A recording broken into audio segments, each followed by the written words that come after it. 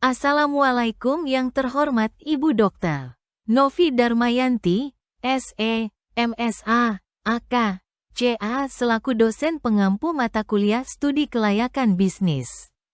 Serta rekan-rekan mahasiswa yang saya banggakan. Perkenalkan, nama saya Alfira Syafa Aulia dengan NIM 23041046. Di sini saya akan membahas mengenai aspek manajemen dan kebutuhan tenaga kerja dalam kelayakan bisnis. Jenis pekerjaan yang diperlukan untuk mendukung manajemen dalam studi kelayakan.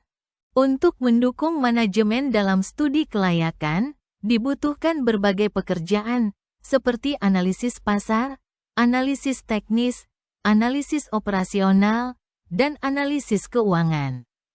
Di samping itu juga diperlukan adanya analisis sumber daya manusia, analisis legal dan regulasi, penilaian pasar, pertimbangan kelayakan teknis dan operasional, tinjau titik kerentanan proyek, penyusunan ringkasan eksekutif.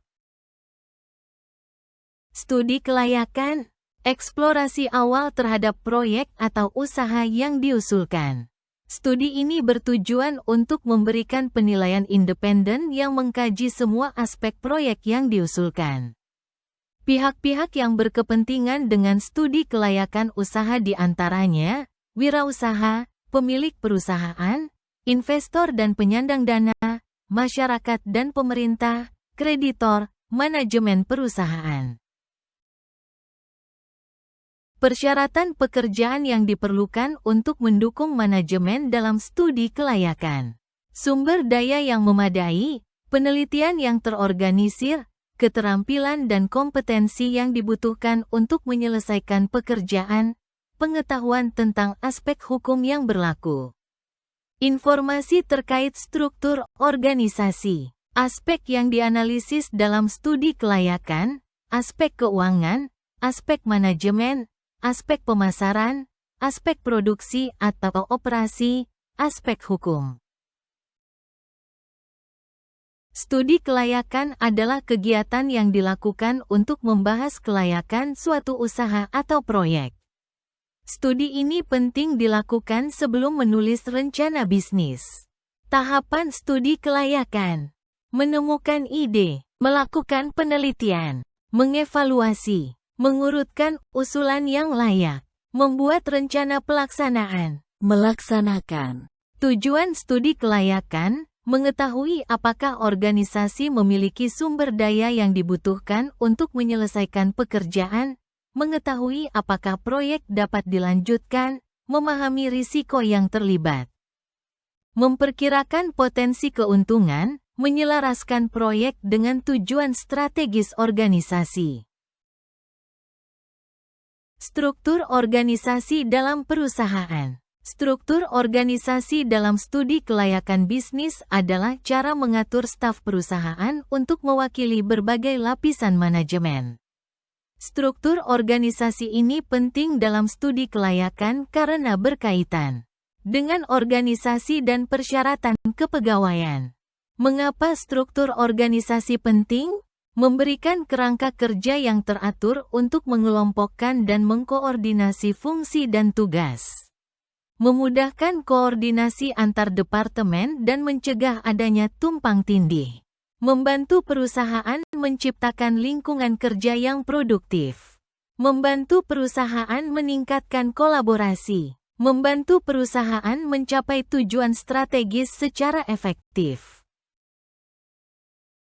Cara menyusun struktur organisasi yang baik.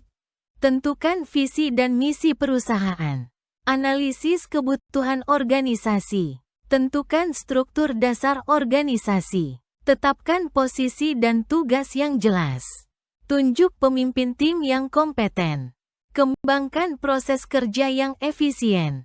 Jenis-jenis struktur organisasi. Struktur organisasi fungsional. Struktur organisasi divisional, struktur organisasi lini, struktur organisasi lini dan staf, struktur organisasi matriks, struktur organisasi komite, Struktur organisasi tim kerja. Proses rekrutmen tenaga kerja. Proses rekrutmen tenaga kerja umumnya terdiri dari beberapa tahap, yaitu perencanaan, deskripsi pekerjaan, pengumuman lowongan, seleksi berkas, tes dan wawancara, verifikasi, penawaran, onboarding. Pola pemberdayaan SDM yang diperlukan untuk mendukung manajemen dalam studi kelayakan. Pola pemberdayaan SDM yang diperlukan untuk mendukung manajemen dalam studi kelayakan meliputi perencanaan, rekrutmen, pelatihan, dan pengembangan. Selain itu, Anda juga dapat memperhatikan aspek-aspek berikut dalam pengelolaan SDM. Budaya kerja, proses rekrutmen, tunjangan kesehatan, hubungan antar karyawan, jenjang karir, bonus dan cuti. Prinsip kemanusiaan, prinsip demokrasi, prinsip efisiensi, prinsip efektivitas. Perencanaan. Menentukan kebutuhan tenaga kerja di masa depan. Memperhatikan faktor pertumbuhan finansial dan kebutuhan perusahaan mengurangi ketidakpastian di masa depan. Rekrutmen. Memberikan kesempatan yang sama untuk semua golongan dan ras. Mempekerjakan karyawan yang berasal dari daerah setempat. Pengembangan. Meningkatkan kemampuan teknis, teoritis, konseptual, dan moral sumber daya manusia.